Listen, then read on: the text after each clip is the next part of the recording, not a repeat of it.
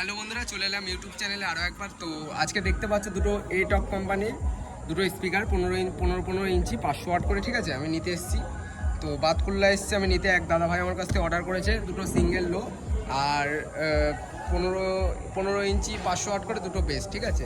তো এরকম যদি কারোর লাগে, ঠিক আছে, বক্স যদি লাগে, তবে হ্যাঁ সেট আপ নিয়ে যেতে হবে আমার বাড়ি থেকে। আমি দিয়ে আসতে পারবো না বা কুরিয়ার করতে পারবো না, কারণ অনেক খরচা পড়ে যাবে, কুরিয়ারে তোমরা নিতে পারবে না।